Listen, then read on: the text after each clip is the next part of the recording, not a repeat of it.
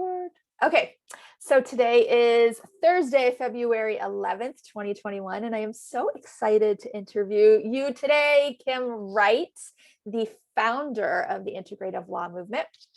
Before we hop in, I would like to set sacred space, which, if that is new for people, that really is a prayer or an invocation to really set the tone of the interview that we're going to do and the exchange that we have. Are you comfortable with that? Let's do it. Okay. All right. So for those of you who are watching, or Kim, whatever, if people want to just kind of stretch or move, whatever you need to do to come into your body and really land into presence. And you can do some deep breathing, whatever it is that feels right to you. I'm just going to open up sacred space and invite in all of the support energies that are here for us today as we chat, and those who are assisting you in your great work on this planet, and those who are assisting me in my great work on this planet, and inviting in the devas of technology so that we have a flawless Zoom experience, and inviting in divine communication and divine laughter and divine joy and integrity and flow and ease, and really opening up the space so that you share what you feel really called to share from your heart. And I ask those questions that allow you to share from whatever it is that is deep within your being that wishes to be expressed. And also inviting in Mother Earth and her greater consciousness, so that, as always, we are acting in integrity and in harmony with her consciousness and with all of life. Would you like to contribute anything? Nope. Okay. All right. Space is now open. So welcome, Kim. I'm so excited to chat with you today. I have been a follower of your work now for a couple of years, and it's really opened my eyes to law and what is actually possible. So, as I mentioned when I introduced you, you are the founder of the Integrative Law Movement. And before we hop into that, I would love to hear from you. What was your experiences of practicing law before you embarked on the Integrative Law Movement path?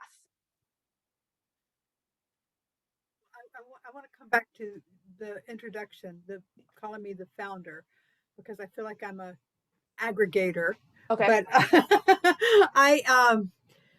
so I actually decided not to practice law when I was in law school.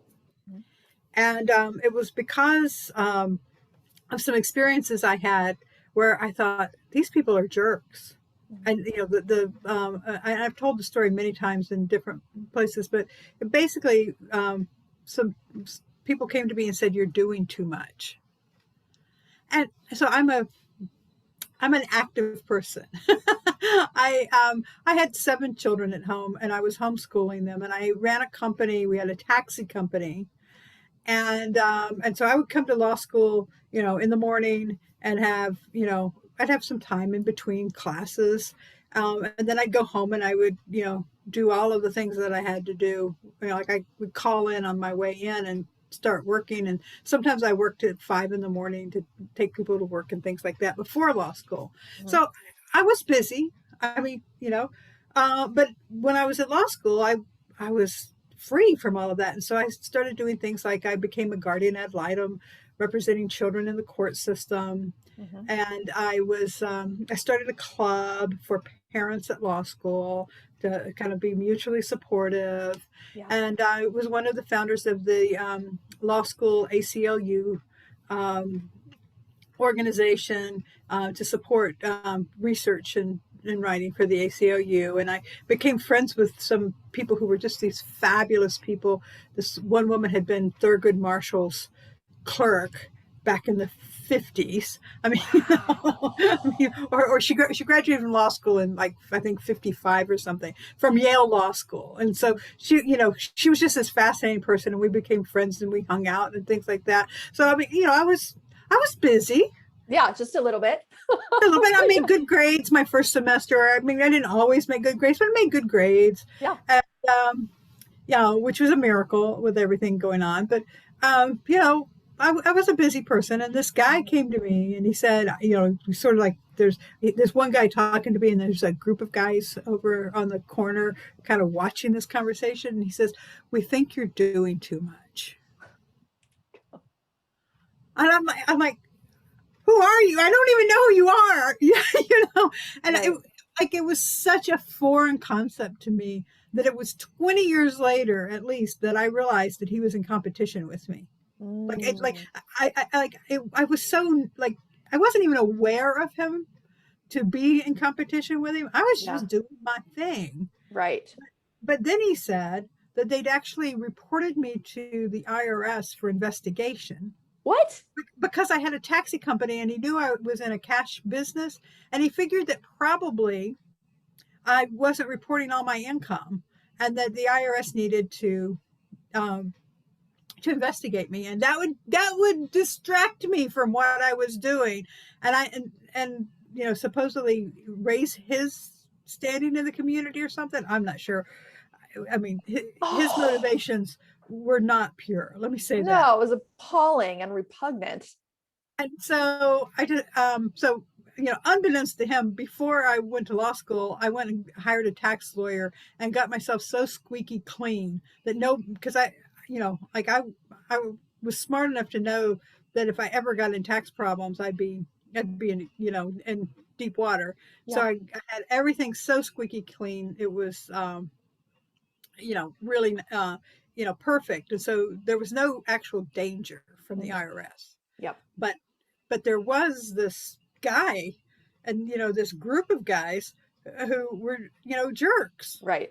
Yeah. And I thought, well, if this is what law is like, I don't want to do that. Right. No, I had gone to law school because I had a complicated family. Mhm. The kids, among the 7 kids, there were 9 parents, and there was always something going on. And my husband at the time liked to get arrested for civil disobedience, and we just decided we needed a lawyer in the family. So, you know, I could continue on and be that Yep. lawyer in the family Yeah. without having to actually practice law. Hmm. So I went on. I had a divorce in law school. I got to see the um, legal system from that perspective. It wasn't a nice divorce, and you know, became really committed to not practicing law. Hmm. And then I ran a domestic violence program, and you know, kind of interacted with the legal system there because we had advocates that went to court, and you know, did a lot of good nonprofit work. Um, and then in 1994, I was in a course, and I was living in North Carolina, and I was in Atlanta, and this guy stood up and he introduced himself as Forrest Baird from Chicago. And Forrest said that he was a lawyer, so I kind of, you know, perked up. I Hmm. want to hear about this lawyer, Sure. and he was somebody who had just this amazing magnetic presence. Mm. And I looked at him, and my life really changed. He said, "I'm a lawyer who believes in practicing with dignity." Mm. He says, "I'm a divorce lawyer, and it's my job to make sure that the people are still friends at the end of the divorce so that they can raise their children together." And you know, and he went on, and it was one of those everything went from black and white to color Hmm. moments. Yeah. And I wasn't yet a member of the North Carolina bar. I'd passed 2 other bars, but because I wasn't going to ever practice, I moved to a state where I wasn't a member of the bar. And so I went back. I discovered that I had 1 week to get my bar application in, Hmm. and that in that week I'd have to come up with a bunch of money because it was like the latest I could put it in, and I was going to have to commit myself to actually, you know, filling out that long application, which is, you know, like your entire life story and everybody you've ever known. Yep. So I did. I got it in. I took the February bar. I passed it. I was sworn in March, Hmm. and you know, over a few months, I tried some different things out, and I finally opened my own practice. And I had clients the first day. It was really fantastic. But and what I discovered is that some of the people who I had to deal with were actually jerks.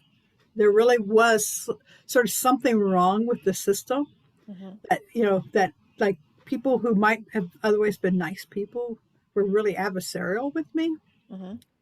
and you know, tried to do dirty tricks. I mean, there was one guy who like would discover that I had a vacation and schedule an emergency hearing for the middle of the vacation, Oh, that's so crappy. those sorts of things. And Mm-hmm. so it would have been easy to just kind of say, well, they really are jerks and the system really is broken and I'm not going to do anything else. But Forrest's words really kept reverberating for me. And I realized there is another way, Mm-hmm. and I can be part of creating the new way. So my law practice Mm-hmm. was always geared toward creating that new way. And so I set up shop in a small town in the middle of North Carolina. And, there were factories and truck drivers. It wasn't like Chapel Hill, which was 25 miles away, and a lot of academics. It was, just sort of regular middle class and lower middle class people. Mm-hmm. And I started doing this weird stuff. And this weird stuff was like collaborative law, which is I discovered that is what Forrest was talking about and the model that he used, and mediation. And those were two brand new things. And this is, by the time I actually started my law practice, it was 1995.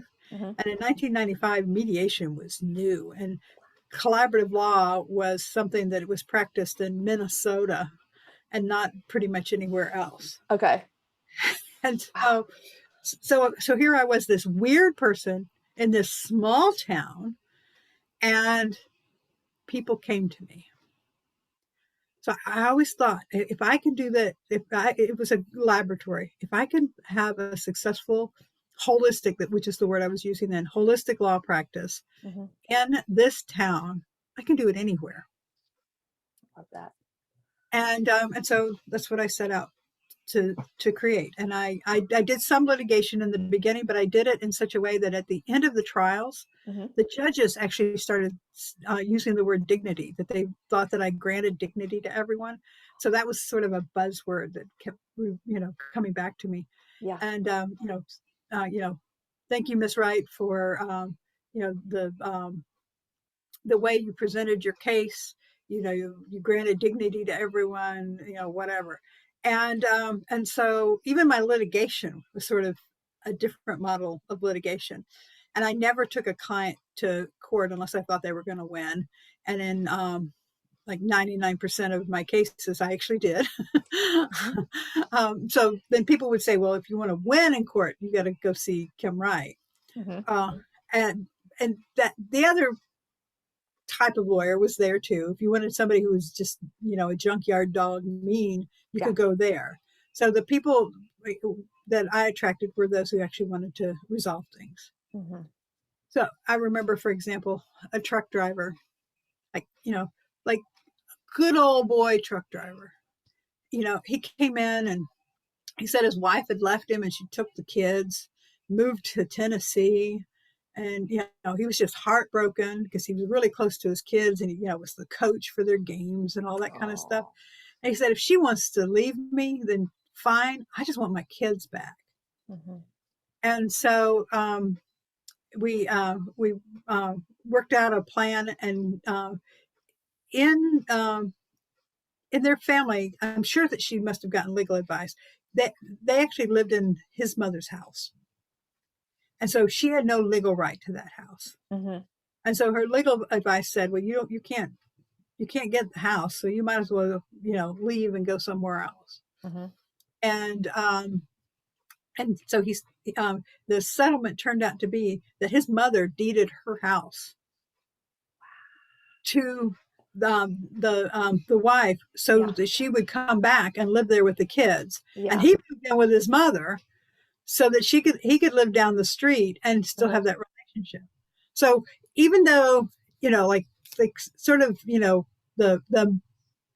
going model was we'd go to court, we'd fight a lot, that, it would destroy that family, and he would have been able to pay my bill and all that kind of stuff. And he wouldn't have gotten what he wanted, but he actually got what he wanted, to get his kids back. Yeah. And his mother was happy to do it because she got her grandkids back. And so it was a solution outside of what the law could actually bring. And so I got I started doing a lot of sort of interesting things, and I'd have people come in and create their vision, Mhm. like what would be the best possible outcome, and Mhm. then we would use that and we would work towards that.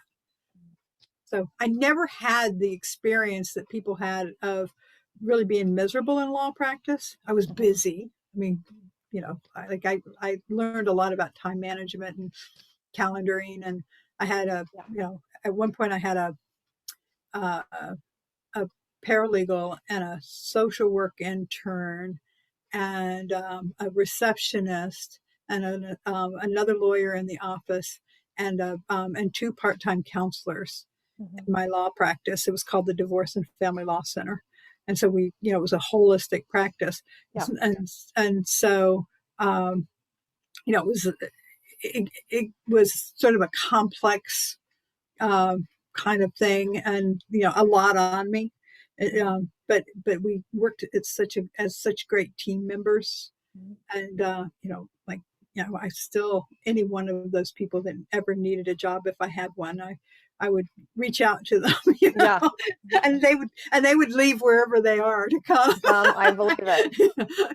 And so I didn't have sort of that miserable thing, but because I was always looking for, there has to be a better way. So I knew a lot about well-being, and I got a coach, and I aligned myself with being a peacemaker, Mhm. and and then designed my practice accordingly. And so eventually I did stop litigating, Mhm. resolved all my cases, Mhm.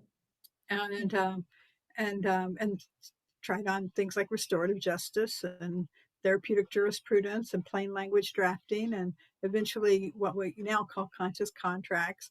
So I was always just looking for a new model that would really serve my clients. Yeah. And in 1999, my husband had a skill set that was really like in demand because of Y2K. Mhm. And he was invited to work at Intel across the country in Oregon. Okay. And I closed my law practice and we moved cross country. And I had a chance to reflect on what I'd been doing for the last several years. Mhm. And that's when I created a website, which was a 400-page website about all the new stuff that was going on. And I wrote from my own experience, because I'd been like, I actually can't remember how I researched it, because we didn't have the internet then. Right. There was no Google, but I somehow researched all of these cool things that were going on, and I went to the Yeah. International Alliance of Holistic Lawyers conference and all of that kind of stuff. And then I just started putting out this information on the website. And that first year, 100,000 people reached out to me. 100,000 people reached out to you from this website. Yeah, remember in 1999, you may not remember that there weren't very many websites, but I had visitors and emails, and I mean, there was a lot of I thought I was alone and all that kind of stuff, and so But no, you were hearing from lawyers, I'm guessing a lot of lawyers of that group, feeling that connection with you, and probably deep like appreciation and sense of relief that they're not alone in this, desire to change how law is practiced. yeah, and I didn't have like emails and all that from everybody, but Right. like lots and lots of people were Yeah. contacting me, and I got interviewed on the radio, and things like that. So I knew that there was this hunger out there, Yes. and so then I started kind of like being it was probably about that time that Malcolm Gladwell's book The Tipping Point came out, Uh-huh. and I looked at all the different roles, and I thought that being a connector was the place that I could really make a difference. Yeah. Um, Before we move into some other questions I have for you, when you had your divorce and family law center, did I remember the name correctly? Were you aware of other law practices that were doing this more holistic, um, way of, offering services to clients, or was it pretty brand new, or that you felt like there wasn't a lot out there? That was the first one. It was probably the first one to have a social worker Mm-hmm. and to have support groups and things like that. Yeah. But if I wasn't the first, I was like in the top five. Mm-hmm. But I started actually.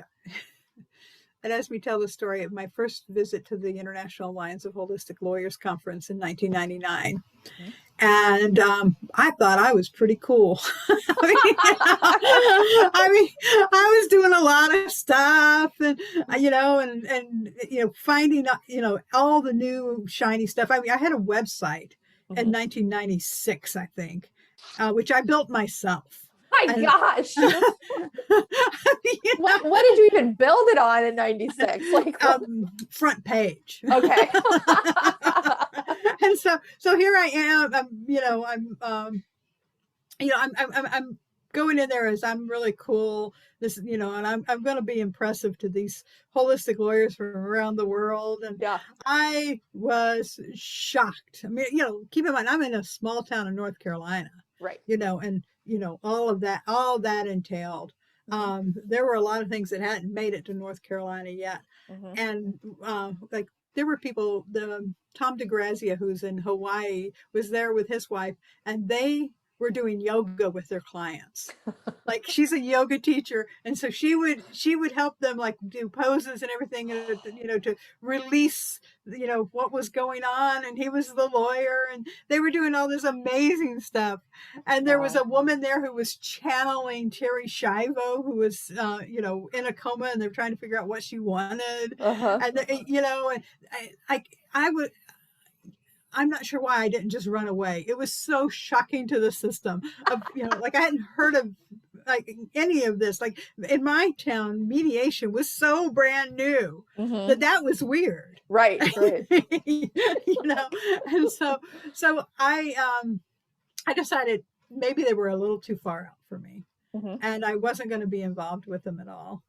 So I came back to North Carolina, and I was, trying to figure out what I was going to do. And in January, we had the biggest snowstorm on record to that point. We had, feet of snow, and everything was locked down for, I think it was 13 days. We couldn't travel. It was, multiple days of snow. They ran out of salt and couldn't clear the roads. And I had a 4-wheel drive that was buried up to the side of the top of the side of the doors.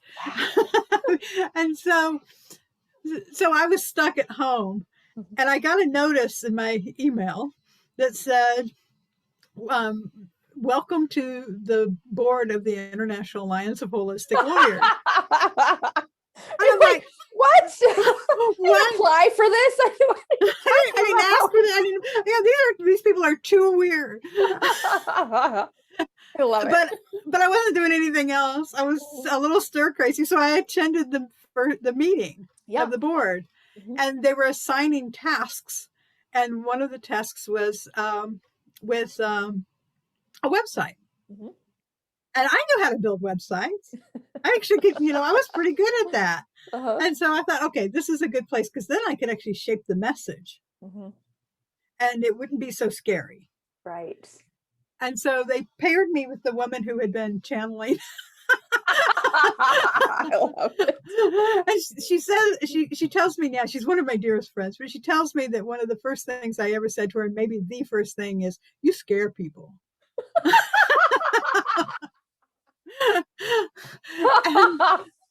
And we decided that I was sort of on the mainstream end of holistic law, and she was sort of out on the weirder end of holistic law. And that if we could create a website that appealed to both of us, it was going to be the right website. And so we spent the next 3 years, we traveled together, to various places, had retreats, and we worked on the holistic law website. Okay. And then you got it to a place where you both felt like it was a beautiful creation of your collaboration.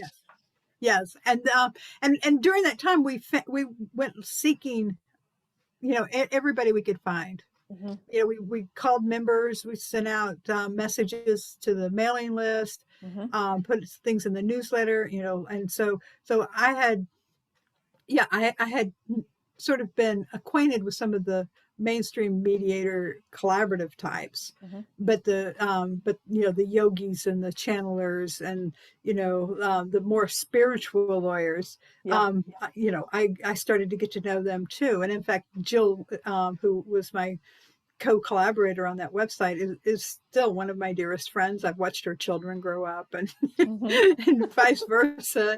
And we used, until COVID and maybe a little before COVID, we used to take a trip every year just to sort of honor that time that we spent so much time together. Oh, that's beautiful. And maybe that will resume once life resumes some sense of normalcy, whatever that looks like and whenever that is. Yeah. So tell me, let's transition a little bit. And how did you really start to build a movement and create, what you are putting into the world now?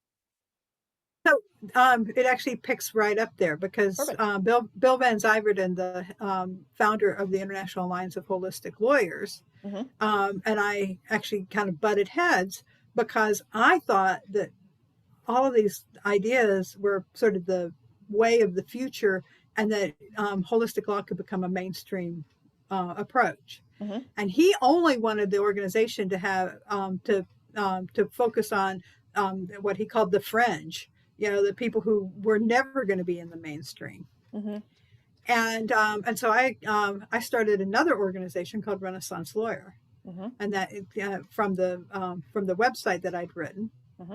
And I started collecting people, and like we had our first meeting was 100 people that flew to Portland, Oregon, and or 30 people flew, 100 people signed up and gave us money, which was an important thing. Yeah. And like I had in mind that we'd have 100 founding members. That was my goal. 100 founding members. We had 100 founding members, and I had in mind I booked the conference for 30 people, and so it just kind of manifested, and then people started reaching out, and they started telling me their stories, and the most common story would start, I thought I was alone, and then I found you. And so then back in those days, it cost $900 to rent a bridge line for a year. A bridge line. Remember, what is that? A conference line. Oh, got it. Thank you. Yeah. Okay. Yeah. A conference line. And I was like, like now, of course, they're free, and Zoom is free and all that kind of stuff. But, it was a big deal to have a conference line. So I came up with the money and I rented a conference line. And on Thursday at 4:00, for, I don't even know how many years, I just would tell people we've got a call. And we'd sometimes have a guest speaker who would come and talk about something they were doing, but we always had time to talk. So, for example, somebody would say, well, I'm doing employment law in Tennessee and I'm a holistic lawyer. And somebody else would say, well, I'm in San Diego and I'm an employment lawyer doing holistic law. And I would say, well, why don't you two talk offline and get to know each other and share tools? Yeah. And so that, when you call me the founder, I bristle a little bit because I think I found the people who were already pioneering. Got it. And I don't want to take away from myself as having been the connector, because that was a big deal. And I'm sort of like the mom.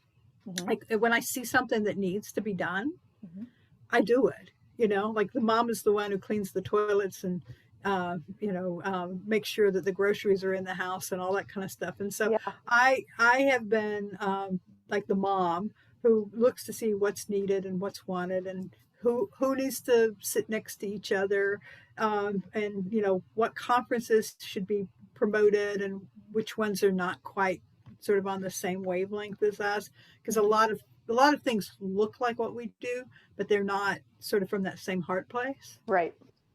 And so I've been doing that for more than 20 years.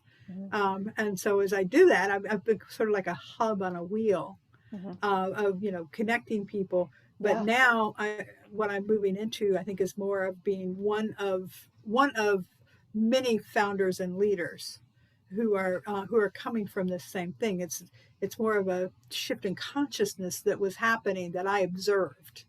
Got it. And I got up sort of, I don't want to say in front of it, but up under it or something, so that people were being showcased. Yeah. And instead of being the weirdest lawyer in town, then they became pioneers. I love it. So I wrote a book for the ABA in 2010. So I'd been at this for about 10 years at that point, and I showcased a lot of the people who were considered really weird. And then they got to say, well, maybe this is weird, but a best-selling ABA book actually highlighted me, and I think it helped them with their confidence. Yeah. And being in a community gives you courage. Mm-hmm. So then they got even weirder. It became more authentic and sharing that with the world. Mm-hmm. Yeah, that's a nice way to say it. And so, like we started growing and being willing to find each other. Mm-hmm. So at one point, there was a book called Transforming Practices that Stephen Kiva wrote from the ABA. Yeah. And the book came out, I think, in '99. Mm-hmm. And it was the first book that people had seen that were, kind of this, about this sort of blossoming movement, or, seedling of a movement. And so people would go and they would carry that book with them, and they would sit down and, like in the lounge at the courthouse and put the book on the table, or go to a CLE and leave the book on the table. And it was like a secret code. Right. Like if you had that book, then you were right. You were cool. Right. People who had it recognize that you're part of this change, like you said, shift in consciousness, wanting to take law to the next level.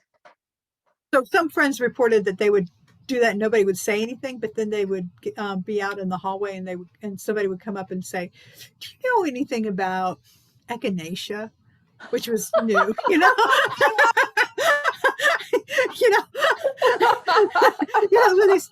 it was like there was permission to talk about all the things that were just emerging. Right. And so we really did become we became more authentic, and we became more recognized and sort of more comfortable in our skin about who we were.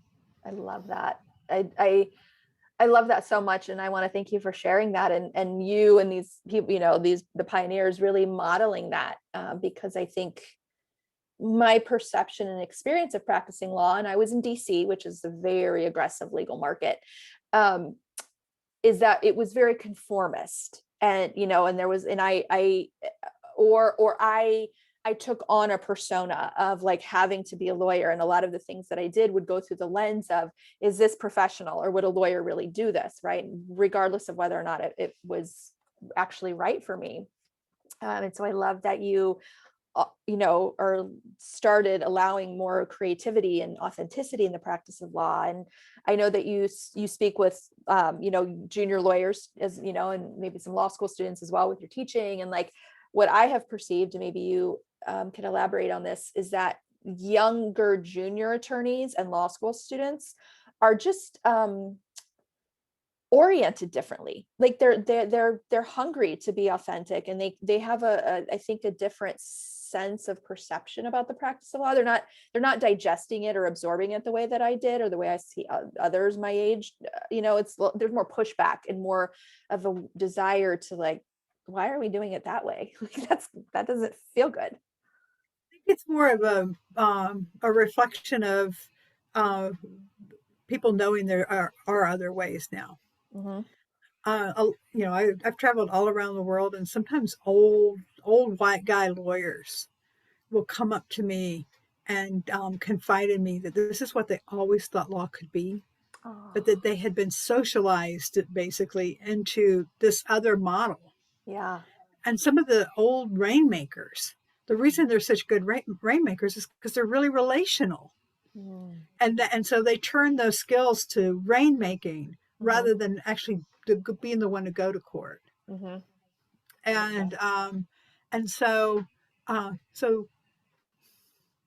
25 years ago, this wasn't possible. Mm-hmm. And anybody who was willing to be that nonconformist probably left the law. You're probably right. I mean, I run into those too. Some of my dear friends who say they just couldn't do it anymore. Yeah. And so they went out and became business people, or, entrepreneurs, or, went and got a job in a bakery. I mean, Right. like there just wasn't, Right. there wasn't that possibility. They couldn't make a living, and their colleagues, shunned them and all that kind of stuff. But as these models have become better known, and as we've had that community develop, then people, it doesn't take much to find it. Like I've made it my mission to make sure that this movement is findable. Right. I write and I, do all kinds of things. If you go looking for this, you will find it. Some piece of it, maybe, Right. And I trust that people usually find it when they're ready. I have a question around that. Oh, go ahead. Okay. I was going to say the new law students, I think there's some generational differences, but they, they're living in a world where the values are very different. And last week, one of the primetime TV shows was talking about restorative justice, and one of the lawyers was leaving, his mainstream job to go and check out restorative justice. And so I think there's more of that in the culture, so that there are more answers to those questions, and there's less inclination to give everything up for the sake of a career. That's very heartwarming to hear, because certainly my background and what I saw in DC and what I noticed, at least of the attorneys who were more senior to me, is that that's what it was. It was like, if you want, it's like, it's law or nothing. And it's, you're 1,000% in, and there's this other stuff. You may have a family with maybe not great relationships. I mean, it's hard to build loving, sustainable relationships when you're working 80 hours a week. I certainly couldn't do it. And now I love that there's, it's like, it doesn't have to be that. We can actually take what we need and leave the rest. And, I love that. More women in the practice has made a difference. Yeah. Because women are less willing to suck it up than the men are. We're already marginalized. And so, even though we're now, 50%, more than 50%, I think, of law schools. Yeah. But, they still have a male model that, you're supposed to basically be a man in a skirt. But women are less likely to buy into that. Right. Especially now. Yeah. Versus 25 years ago. Yeah, that makes a lot of sense to me. So I had a question. As people research you and they find, this body of work and these different ways of practicing, do you find there's a particular practice area or a particular type of legal employer that tends to resonate more with this work? So I would say that one of the reasons that family law has a lot of experimentation is because it's really clear that people are hurting. And so that's where a lot of this was born in mediation and collaborative law, was because the lawyers could see, and the stress on them and their clients, and I'm sorry to say that 10 years ago, the Western bar counselors actually said they didn't think that families would ever go to court in 10 years. So we still are sending families to court. We haven't changed fast enough, but they actually took a vote. How many of you think in 10 years families will have to go to court? And they just didn't think that was going to happen anymore. And so it's easy to see the pain there, and the not wanting, lawyers don't want to be involved in that. It's kind of icky. And so I think family lawyers are much more willing to experiment. But other than that, I don't think, I think it's a matter of consciousness and personal integrity and courage. Because I don't think there's a single area that I haven't actually talked to somebody, who called me up and said, I'm practicing admiralty law. but I think something else is possible. Or, I mean, some of the most esoteric kinds of Right. areas of practice. Which is so funny because Admiralty Law to me isn't esoteric because I went to Maryland for law school. So you Oh, have of course. Annapolis right there. So I had a number of classmates go to Admiralty Law. It's so funny. But yes, I think you're right. In the grand scheme of law in the US, Admiralty Law is not a huge area of law. Yeah, well, immigration lawyers see a lot of pain. Absolutely. Criminal justice is a place where a lot of these changes have also been happening because, again, there's this response to, we don't want to be traumatizing people because it's traumatic to us. Yes. Yeah. Which the perfect segue, if you desire to talk about it, is what are you working on right now? I'm working on a book, a primer on trauma-informed law, actually. One of that, and also a book on legal design. Yes. And I actually, I'm still that busy person. I've got about 16 different projects going. But the trauma-informed law has been actually an eye-opener for me. I had some of my own experiences. I was working in restorative justice and working with murder cases, and had one of the people we were working with executed in the middle of a process, and I worked with domestic violence victims, some of whom were killed. I had a client killed, and then her husband had suicide by cop, and I mean, there's just like, it's a traumatic profession. Yeah. And so I thought that I was pretty trauma informed until I started working on this book. And there are 4 of us: Helgi Mackey, Myrna McCollum, and Marjorie Florestal and I. And we are looking at sort of the pervasiveness of trauma. And it explains to me why lawyers are depressed and suicidal and addicted and all of that kind of stuff. It's like all of the well-being crisis, I think, can be tracked back to the trauma. And if people are always miserable around you, and frankly, who in court isn't miserable? Right. Then it has an impact on you, and this whole system has an impact, and the sense of whether the system is fair or not fair, whether it's fair to your people or fair only to certain people. All of those sorts of things are really, really impactful. Not to mention that if your job all day is to hear people's trauma, right, like the bad things that happen to them, then you're going to soak some of that up if you don't have a way of sort of resolving that. And so our book is about not only paying attention to this elephant in the room that we haven't been talking about, but then what do you do about it? And how do you bring healing to that? And what are the practices you need to put in place so that you're taking care of yourself and your clients and the people around you? And you said something earlier about family life and 80 hours a week. There's also the working 80 hours a week and then going home and cross-examining your children and your spouse, because that mindset and the shutting down of emotions that is happening because it's a defense mechanism. And so I've actually, even with all the trauma, I told the other co-authors, I said, I'm the least experienced in the academic study of trauma, but I have a lot of experience to bring here. Yeah. And so even thinking that I had that experience, knew about it, I've written about secondary trauma, I've been really shocked at what I've been learning.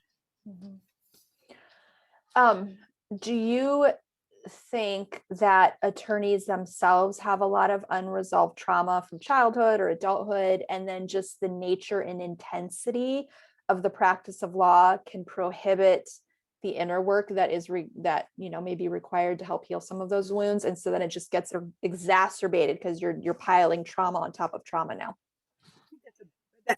For a lot of people, it's a big issue. So a lot of people go to law school because they have a cause they want to fight about. Yeah. I've heard many people who said they don't want the divorce to be as traumatic for the children as it was for them. Yeah. Or they've had their own divorce, or somebody in their family had a criminal law matter and they didn't like the way the system went, or, et cetera, et cetera, et cetera. There's something they care passionately about that they get into the law for that often is about their own trauma. Yeah. And then it's like a fire hose hitting you with, Mhm. whatever it is, there's like this coming at you fast, and then you shut down. Mm-hmm. And so one of the things I see about integrative lawyers is that like it's like realizing that they're shut down and starting to sort of unfold a little bit and starting to become more reflective. Maybe it's therapy, maybe it's a spiritual path. There are lots of different ways. Some people sing, some people run, but they're looking for something that is actually going to open them up, which may at first look like a really bad idea, but they have the courage to do that. And that, to me, is that first stage of the integrative law process of being willing to say, I'm not going to be shut down anymore. Whatever triggers that. It might be like, I've seen a lot of people who, a particular relationship, losing a relationship, becoming a parent, there are lots of life things, or, having a heart attack, that shake people up and they say, now I'm going to do things differently. And then they actually follow through with it. Love that. So do you want to tell us a little bit about the integrative law movement and just share what's on your heart with that? So my first book was called Lawyers as Peacemakers, Practicing Holistic Problem-Solving Law.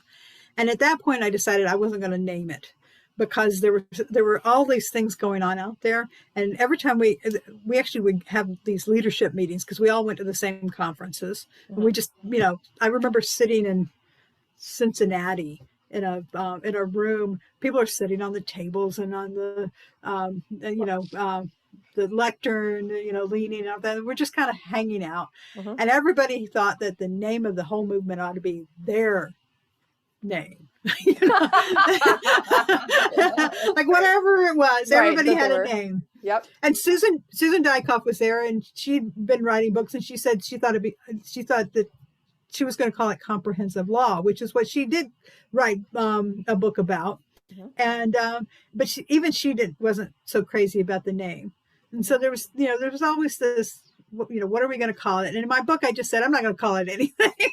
It's just the movement. I love it. It's a holistic approach. That's just the movement. Right. And so I wrote about that. And then about a year after the book came out, somebody had the idea that we should all get together, and actually have a retreat of leaders. And I made a list of 30 people and invited 30 people, and 30 people came. Incredible. And they represented all the different sort of what Susan calls, and she got it from somebody else, the vectors of the movement. If you look at it as a wheel and spokes, so all the vectors of the movement were represented at that point. And so we were meeting in Colorado Springs, actually Manitou Springs, Colorado. The airport was Colorado Springs. And there were only, like 3 flights a day or something at that point.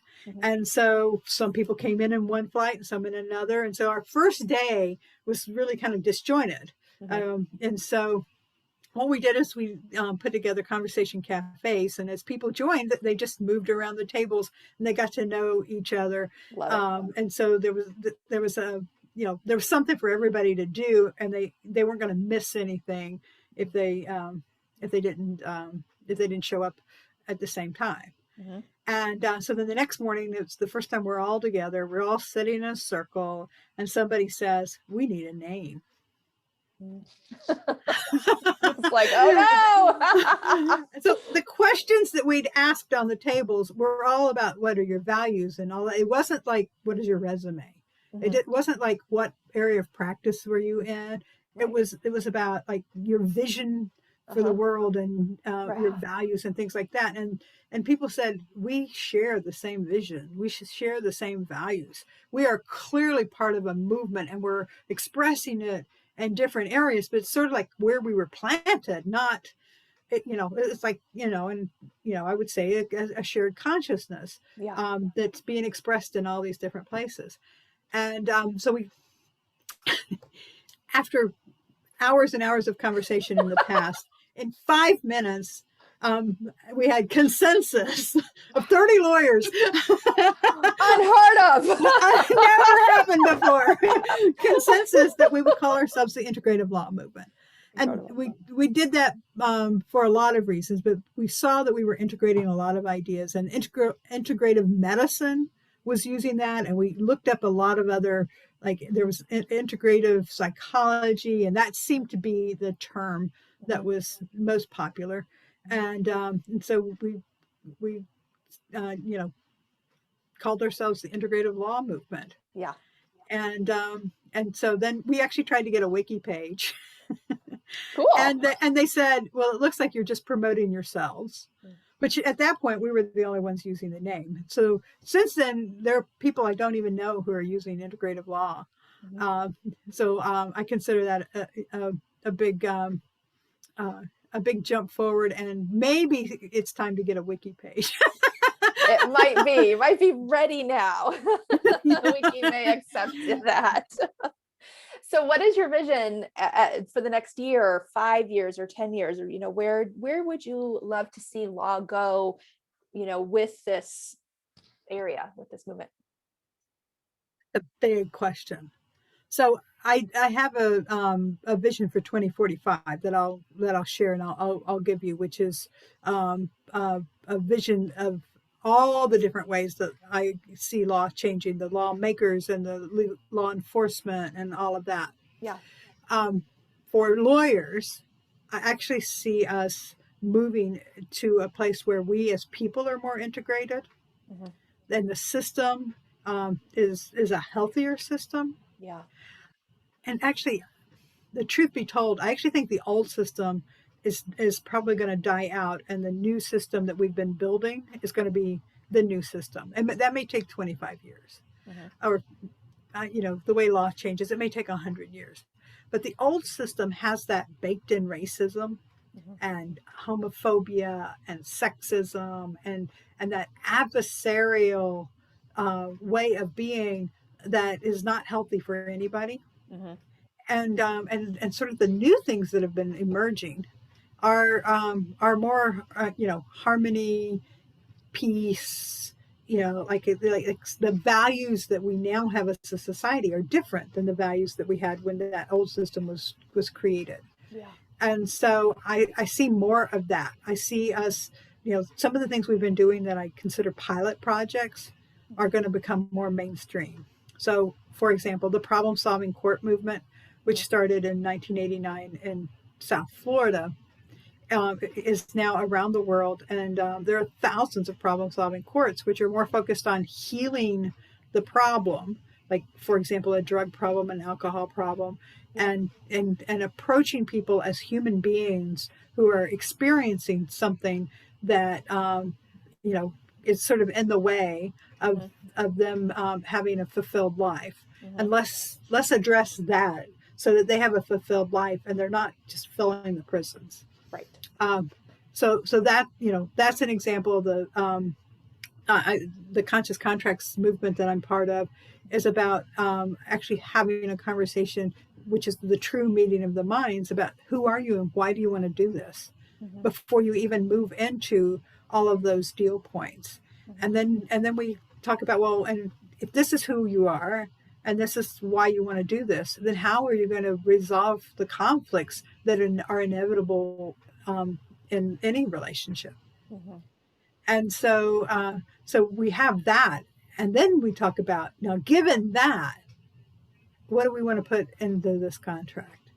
And it shifts everything about the contract. We write it in relational language, and we write it in, the words, like somebody said that she wrote a contract the other day and actually, said daughter and father, in this contract rather than Mrs. whoever, Right. And, or, the party of the first part, which is the old, I, and so what I've seen is that that even though that's a model that Linda Alvarez and I have really brought to consciousness for people, is that a lot of people who've never heard of it are starting to do some of the similar things. Mm-hmm.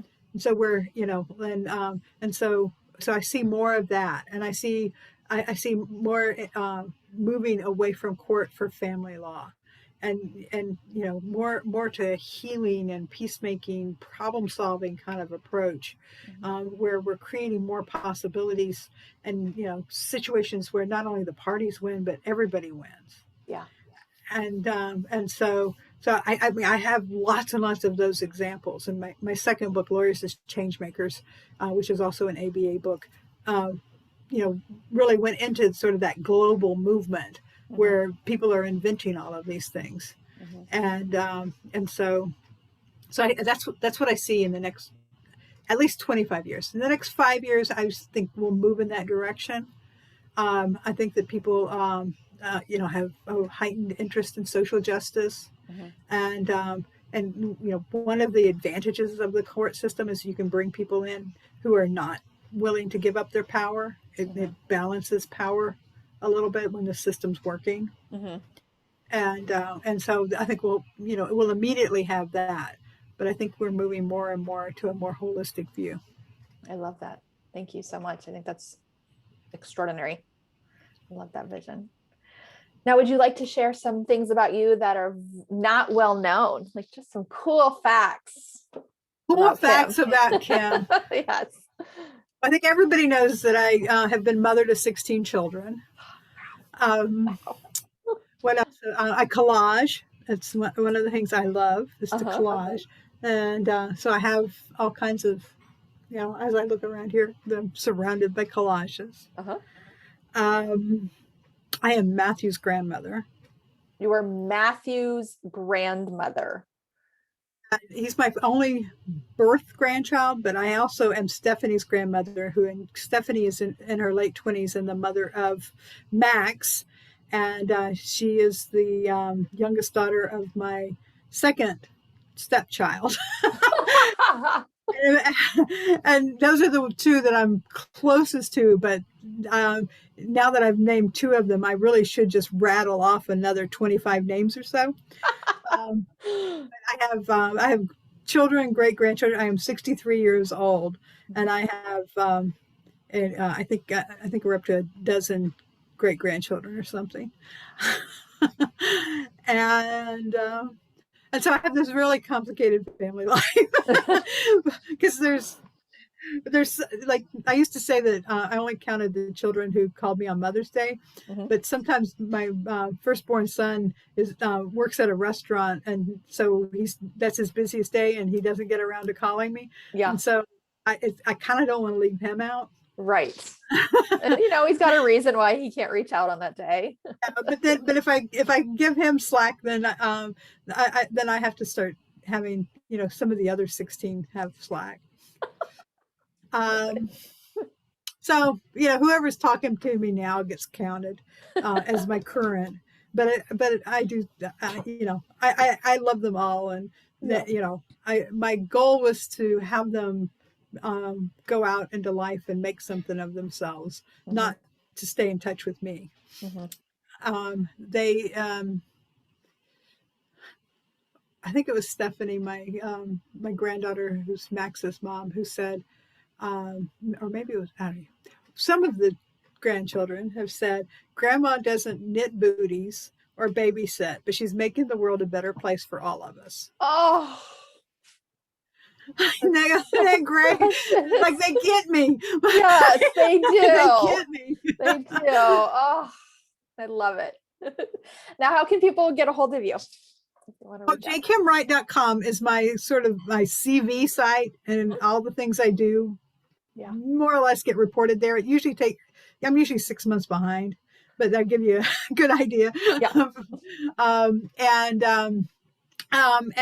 that's probably the place to find me. Of course, LinkedIn, the Cutting Edge Law website. There's a Cutting Edge Law YouTube page. And what's the URL for Cutting Edge Law? Do you remember? Cutting Edge Law Facebook page or the Cutting Edge? The website page. The cuttingedgelaw.com, Okay. which is in a constant state of renovation. Mhm. Websites are really hard to maintain. It's like, oh, just never ending. And it's all moving to integrativelaw.com. So Okay. within a couple of months, I hope that integrativelaw.com will be the new home base. Yeah. But I can't say this sitting here on February 11th. That it will definitely happen by April 11th. Not sure yet. Yes, I'm going to say so. Okay, excellent. We'll hold that vision with you. I just hired a VA, and I hired somebody, an assistant, to help me on one of the books, and got some research volunteers. And so my life in 2021 has been this fire hose of wonderful things coming my way. And I am in the process of being able to, send some of it in the right direction. That's wonderful. Is there anything else you would like people to know before we close space?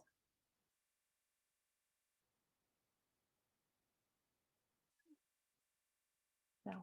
Okay. Thank you for letting me just talk. I loved it. I so appreciate you and the work that you're doing and getting to be a part of it in the way that I am. So thank you. All right. Shall we close sacred space? All right. Again, if you wanted to take a moment and just take a deep breath, or if you need to stretch, whatever you need. I do not think lawyers move enough. That's my personal opinion. We get locked in front of a computer for hours on end, and our bodies can suffer from it. And just take a moment, and want to thank all of the energetic support systems that were here for us today. And thanking technology and the Devas of technology for working so flawlessly for this beautiful Zoom experience. And thanking you for your education and your wisdom and the resources and all of the richness that you provided today. And thanking you and all of the beings, the energy that is here, for the divine communication and divine laughter and the love and the joy and the sharing of really beautiful stories. And may the information you have shared touch those who are open to receiving it. Is there anything you would like to contribute? Thank you so much. It has been an absolute joy. I am wishing you a wonderful rest of your week and so much joy and luck with all of your endeavors. Thank you. Thanks for the joy you bring. Always.